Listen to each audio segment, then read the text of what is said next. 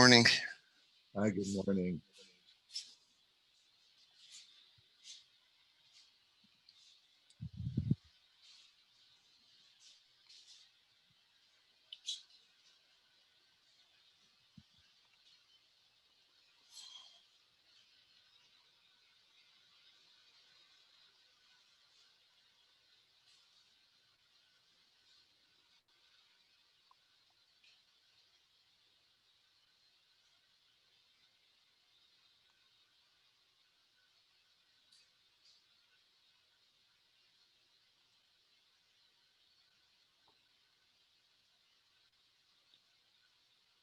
Okay, good morning, everybody. A couple of you approached me yesterday to express, appreciation for our discussion yesterday. And so, before we get into another technical point, I just wanted to know if there were any comments or questions about what we had discussed yesterday about the definition of Tinok Shenishba today, based on our discussion of the Chazon Ish yesterday, where he said that today there's a mitzvah to love a non-observant Jew, because since we don't have the ability to do tochacha properly, we also don't, we have to view these people as being not having had an opportunity to have been reproached properly, and therefore they can't be blamed completely for their life decisions. And we had suggested that in today's generation, even beyond what the Chazon Ish wrote, that in today's generation, even people who have been brought up in religious homes and yet afterwards decide to leave are not doing so with the full disclosure and full understanding, based on the fact that in today's world there is a huge amount of pressure from the zeitgeist, the ethos of our entire society to pull away from religion, and it's becoming increasingly more difficult to retain the younger generation and engage them in a lifestyle of religiosity. Anyone want to reflect on it? Anyone want to discuss it further? Rabbi Krupin, I was fortunate to be in the presence of Rabbi Noach Weinberg, Zechar Lebracha, who I had opportunities to speak with and absorb his wisdom, and he always gave me this impression that we should be thinking of many of these people like as if they were on the train to Auschwitz, what would you be doing to try to get them off the train? So we have to have this sort of mindset of what can we do for these people, and it almost what we're learning here is that we're sort of shirking responsibility with that type of mindset. Is that what everyone else pulled out of this? Because that's not what I pulled out of it. But please, someone else respond to Ron if you would like to. All right. The fact is, Ron, that it's not a shirking of responsibility in what we had studied, but rather it is Rav Weinberg got his whole directive from the Chazon Ish. You see, this whole concept that Rav Weinberg came up with, which was brilliant, which was revolutionary, that there is a mitzvah to draw these people back into Yiddishkeit, is predicated on the fact that we don't know how to properly give rebuke. Now remember, if you take a look at the Rav Shulchan Aruch, essentially what he's saying is that it is permitted, and even a mitzvah, to rebuke people and yell at them and repeatedly tell them that what they're doing is wrong, until you reach a point of having them either curse you or about to strike you, right? That's the language of the Shulchan Aruch, correct? And so Rav Weinberg did not take that approach. Rav Weinberg took the approach that we don't know how to fulfill the mitzvah of tochacha today. And therefore, the way to draw people back to Yiddishkeit is to do it with love. And where did he get this from? He got it from the Chazon Ish that we discussed yesterday, where the Chazon Ish said explicitly that even if a person eats treif and violates Shabbos and does all the things that are flagrantly in violation of the Torah, such a person is considered a tinok shenishba, and therefore you have to love them. And it was out of Rav Weinberg's love for his fellow Jew, out of his concern for their spiritual well-being, that he expended all of his energies in trying to show these people a better path in life, a way of becoming closer to Hashem. Because and he gave that dramatic analogy of they're on a train to Auschwitz, God forbid, because spiritually they are going in the wrong direction. They're going towards a very, very bad destination. And we have to do whatever we can to save them. So there's a mitzvah of hatzalas nefashos. There's a mitzvah to save a life whenever you can. But saving a life is, the way that you save the life is not through the mitzvah of tochacha. Apparently, clearly the mitzvah of tochacha is not the method that Rav Weinberg used. So if anything, it is the foundation for Rav Weinberg's life's work, not a shirking of Rav Weinberg's message. In response to your question, I think it's not a lack of desire to continue this work, but I'm not sure whether how things were done in the past is effective in this generation. And it makes me sound old when I talk about this generation, but I think it's just harder to fight the outside world now than it was 30 years ago.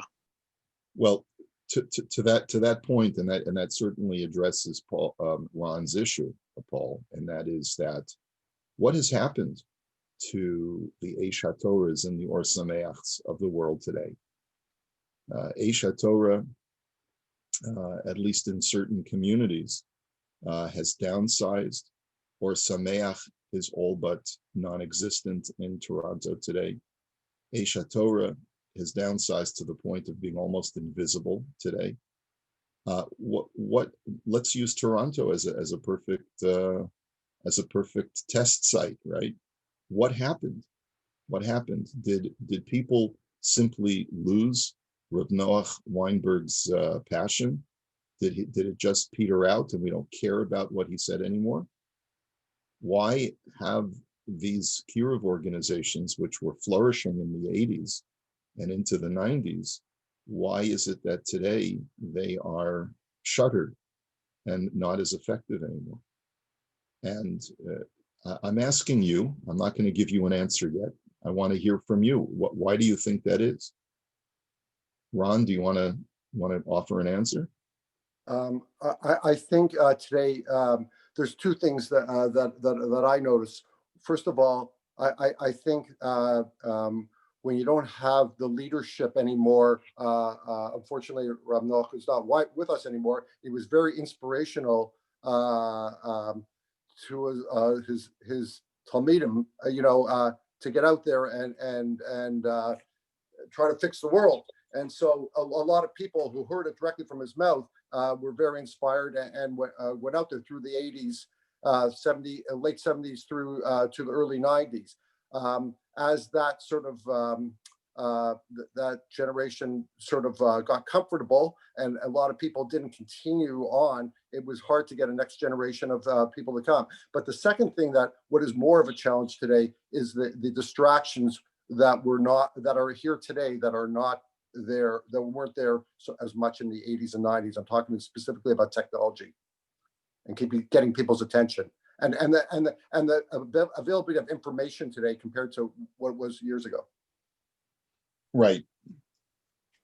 And so we are agreeing. We're not disagreeing. In other words, everything that you said is true. It's a different world today, and bringing people closer to religiosity is an uphill battle because the technology that we have available to us in the information age simply, and it brings with it a cynicism about religion. And it's extremely difficult to combat that by inviting someone over for Shabbos and using all of the traditional kiruv techniques that used to be so effective a generation ago. And that is why the Chazon Ish's point about having a mitzvah to love these people extends even further in today's world. So, are you now contradicting yourself, Ron? Are we now shirking? Is it okay for us to shirk our responsibilities because of the new technology? Absolutely not. I think about it every day. I go to sleep thinking about it, and I wake up thinking about it. So I feel I have a responsibility to bring whatever Yiddishkeit I can into people's lives, or bring them back, or show them the love of Torah or mitzvahs or anything else, to my secular brethren, whether I'm at work or at play. Right. Well, I mean, that's of course the goal. I think that all of us agree with you with. That's a very laudable goal. But we certainly also acknowledge that it's a much different playing field, and the rate of success that we can hope for today is far lower than the rate of success that we could hope for a generation ago. And it is just a different world. You remember the discovery seminars. You remember Arachim. There's so much to reminisce about what was going on 30 years ago, where people were genuinely getting excited about Yiddishkeit. And now the focus has switched, where the kiruv movement is not what it used to be. It just simply isn't what it used to be. And the people who are in it have had to pivot. They've had to shift their focus on, and Thornhill is a perfect example. The Eish HaTorah building that is in Thornhill has now become a Jewish community of its own, of people comprised of both people who have been frum their whole lives, or who became Balei Tshuva many years ago, sometimes decades ago. And it's the rarity today that people who daven at Eish or anywhere else for that matter have became Balei Tshuva, more recently than that. And that's, if I could add, I mean, there are some programs that have numbers through the door. How effective they are, the Torah High, the NCSY kind of things that try and reach secular young people. My daughter was involved in like a professionals seminars and things, having professionals speak to university students about careers in a Torah building, at least with some environment and access. I mean, I think the rabbi's right that I think the effectiveness numbers are much reduced. But I think there are things. Yeah, I mean, but to that point, Paul, even NCSY 30 years ago, NCSY was not a kiruv movement. It was a movement that was focused primarily on Orthodox youth. And then there was a realization that as the kiruv movement, as it was sort of the mantle was carried by Eish and Or Sameach, were no longer as effective as they used to be. NCSY pivoted and said, you know what? Instead of trying to chop these people in their early to mid 20s and 30s, that doesn't work anymore. We have to chop them. We have to be able to reach them when they're teenagers, because that's the age. Because we're not going to succeed.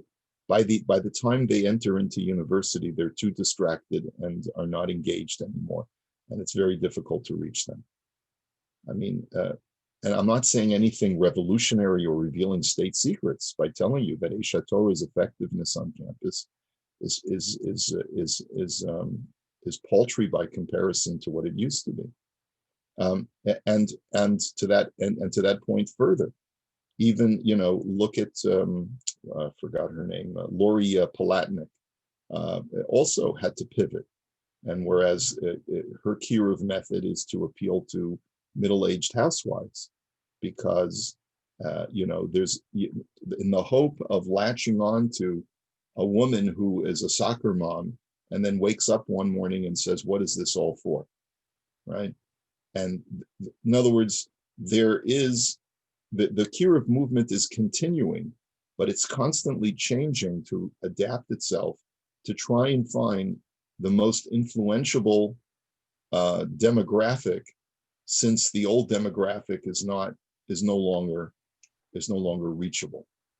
Okay? And that's what Rev Weinberg would have wanted, right? Yeah. Because I think we have to adapt and change to whatever society throws. Oh, absolutely, absolutely. But the only thing that I can tell you is that even with those adaptations, the numbers are nowhere near what they used to be. And the reason for it is very, very simple, is that it's a different world today.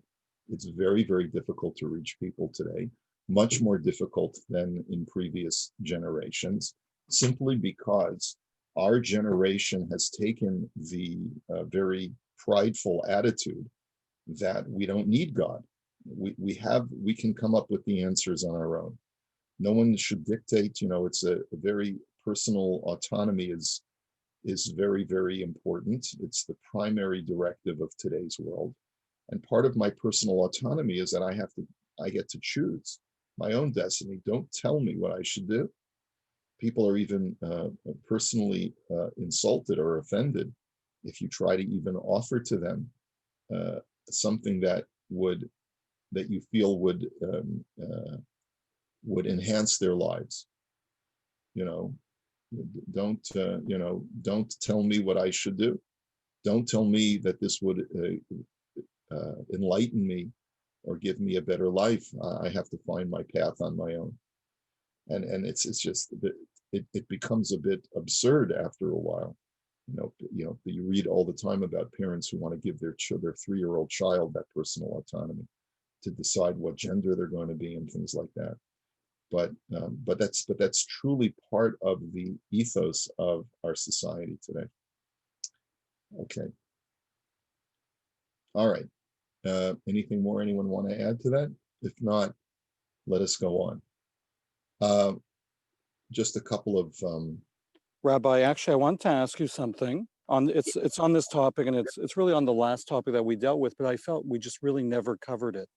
Is given today's society, and you mentioned it very early on about like the snowflake generation and how people are so offended, generally in society, but also in Jewish society, like at the slightest, words, the sensitivity of people.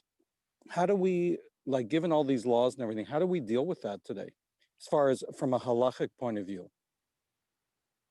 Well, that's part of the problem, is that to fulfill the mitzvah of tochacha, you have to be able to approach someone who is receptive to criticism. And it's very, very difficult in today's world where everyone is so sensitive. And yet you would look at social media and you see people calling each other out. I find this to be so such a problem in today's world, that people are calling each other out. I actually was so profoundly disappointed and really, really turned off there. What happened was, I was looking at social media the other day, and there was a panel of people who were going to be discussing the legacy of Rabbi Joseph B. Soloveitchik. Okay, and it was a panel comprised of 4 scholars, and another scholar who's an Orthodox rabbi writes on his comments to this publicized event, "I am hereby calling out the people who organized this event. Shame on you for not including a woman. Couldn't you find a woman to be represented on this panel?" It has become a part of our culture, culturally acceptable, to call people out publicly and say shame for doing something that is no worse than not including either a person of color, and that's actually someone cynically wrote back in, sarcastically wrote back in, and for shame, that you didn't think to include a person of color on your panel reflecting on the scholarship of Joseph B. Soloveitchik. In other words, in this multicultural world, if you have a panel discussion and you don't include a woman and a person of color, now obviously a person of color, it's going to be very difficult to find someone who is an expert on the Torah of Joseph B. Soloveitchik, right? And he meant it sarcastically, but his point was, if your objective is to find representation of all of the different components of society on your panel, and that's more important than hearing the desired topic, so then this could go in all different directions. But what particularly offended me is that this rabbi who was doing the calling out thinks nothing of it to publicly shame or publicly call out people on social media and say, shame on you. Shame on you for what? What did I do? I violated the Torah. Shame on me for what? For what is the shame? Maybe shame on you for being mavayesh, for publicly embarrassing someone for doing something that is not in any way a violation of halacha or the mores of Judaism, but simply is not in keeping with the demands of society. Everyone's making demands today. Everyone is demanding things. So on the one hand, Alan, it's unacceptable to offend anyone's sensibilities unless they offend you. If they offend you, so then you can do whatever you want. You can use a sledgehammer in public and just completely wipe them out. But if they haven't, but when it comes to you, calling them out privately and telling them what you think ought to be done, then of course, this is unacceptable. And I'm not even going to get into the politics of it, right? Because you and I, Alan, have talked about the political aspects of this, and we can all certainly appreciate that there are leftist and rightist political issues involved in these things as well. But it's a serious problem, is that everyone is outdoing the other by their righteous indignation. And righteous indignation can lead you to do really very, very perverted and wrong things, such as shame other people publicly because of your righteous indignation. And ultimately, when you put it up to the litmus test of what's in halacha, of what's written in the Torah and what's written in the Sfarim, you start to realize we live in a crazy world when even people who are rabbinic authorities have actually lost their way because they feel that the culture of social media gives them the right to do things that if they had a Shulchan Aruch open while they were in front of their keyboard, they would realize that it is shameful in the light of Torah to be able to be behaving and speaking in certain ways. So it's so there we are, guys. Isn't this a bright, shiny day for us to have these lovely discussions about where our world is today? Look, obviously with the social media, it's almost impossible the way we're going. Like I myself, I have no social media, but I know for the younger generation, it's all about social media. I'll tell you why social media, in my opinion, is important for us to be engaged in. It's important to be engaged on some level in social media because it's important to know where our children's heads are at.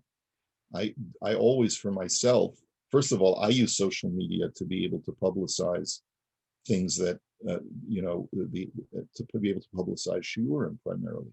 I publicize shiurim, I publicize Torah teachings, and that's that has become a new space for doing kiruv and for spreading Torah education. And I have an audience of hundreds, if not thousands, of people on social media. And I have the numbers to back it up because I see who's watching, how many people are watching the videos and the posts, right? So so that's why social media is valuable for a person who would like to do kiruv and spread a message of Torah. But beyond that, social media is important because, at least for me, because it helps me to understand what the current zeitgeist is.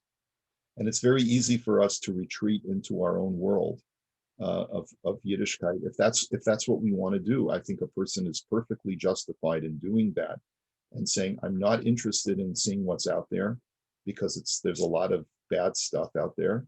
Why do I need to expose myself to that? It's going to just distract me from my Torah study and from my service to Hashem. And if that's your approach, then I applaud you for that. I think that's a very laudable approach, which is I'm going to focus on my own personal avodas Hashem, and that's going to be it. I take a different approach. My approach is I'm not just in this for my own avodas Hashem.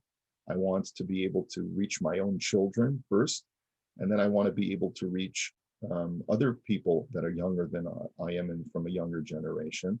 And really the only way for me to do that is to be able to better understand what they're interested in, what they're thinking, whether it's about Israel, whether it's about politics, whether it's about the Black Lives Matter movement or all of these other things. It's very helpful for me to understand these things so that I can address them intelligently to people who discuss them with me. Now, and in the course of my exposing myself to these things, I see some very, very distorted things. And so for some people, it's just not worth it. If that's not what you're into, so then you're better off without it. I hear Rabbi, you. is there any way? I'm sorry, Alan, go ahead. No. The only thing I just wanted to comment. No, like obviously I check, some of what you're talking about. I'm involved as far as like seeing what's going on in the world as opposed to just, burying my head in the sand. But I was talking more about I myself like don't tweet and I don't, go onto TikTok and all these various platforms that the youth are using. I don't engage in those myself. So as far as like posting and reacting, etc. But definitely I see as a Rav, like, you're in a different situation that I applaud. I think you have to, especially if you're reaching people. Right. I mean, look, it depends who your audience is. If your audience is more of an insulated community, so then you don't have to do this stuff and it's not appropriate. But if your audience are people who are either A, secular Jews, or B, Orthodox Jews who are very influenced by the external society, I do think it's important. I do think it's important to see what the younger generation is thinking, and to as relevant and contemporary as possible to these, to the people that you are living with and you are trying to influence. But that said, I very, very rarely will comment on someone else's post, unless it's someone outside of our community who's a personal friend and said, has a mazel tov or something like that. But other than that, it's very rare for me to post anything because I find it to be totally counterproductive. Engaging in any kind of intelligent dialogue on social media is an oxymoron. It really is. Rabbi, I wonder whether is there any silver lining to this? Is there any cyclical nature? Because we've been through times, even in recent history, where, the 30s where Jews were pulling away from Orthodoxy, and the 60s where perhaps there was all these wants for freedom, and then we came back and we brought a lot of Jews back. So is this the end, or is this just a bad patch? Well, I don't think it'll ever be the end, they thought the Holocaust was the end of the Jewish people, right? And we came back with a vengeance. What I do, look, there are a number of prognostications that people are making. The yeshiva world, the Haredi world, says that based on the current zeitgeist of today, the only surviving Judaism is going to be the black hat yeshiva Judaism or the Hasidic Judaism, because everyone else is just going to fall off and dissolve into this lava pit of secular society. right? That's the prognostication of the yeshiva world. There's a strong possibility that that's accurate, but I haven't put my eggs in that basket, because if I did, I probably wouldn't be in the world that I find myself in. What my investment is the fact that there is a more moderate form of Judaism that people who wish not to be part of the insulated yeshiva world can still find meaning and religious development and spiritual growth, and still be part of the secular world. And those people that's the community where I've placed myself, and in my professional life as well. And I think, yeah. Sorry, Please. I just wanted to jump in for 1 sec. The other thing, I think my own personal opinion is in the diaspora, especially North America, if you're not attached to a more Haredi insulated world, I think honestly, long term, that's the only Yiddishkeit that's going to survive. Israel, on the other hand, offers that like flourishing, we'll call it more centrist type of Yiddishkeit, but unfortunately that's shrinking here. Yep, it is shrinking. It is shrinking. And so the question is, what do we do about it, right? So it's something that that all of us should be thinking about. It's something all of us should be thinking about, and how we make peace with it in one way or another. And could it be cyclical, as Paul said? Absolutely. It could be cyclical. It could be that something will come up in society all of a sudden where there will be a revolution in people's thoughts. People will become so revolted by the current way that we are communicating with each other that eventually the people will just say, we've had enough of this. We want to go back to civility. We want to go back to spirituality. We want to go back to being able to find something higher than ourselves in this world. And there will be that revolution. The Kiruv movement could only flourish because of the fact that it was in a backdrop of the 60s and 70s where people were searching for spirituality in the secular society. And that's why Kiruv had a chance of flourishing. If Kiruv and the whole movement towards spiritual growth among secularism within Judaism will come back when the rest of society moves in that direction. All right, enough schmoozing. We're going to pick it up. We'll do some of the Biurim tomorrow, and have a wonderful day, everybody. Take care.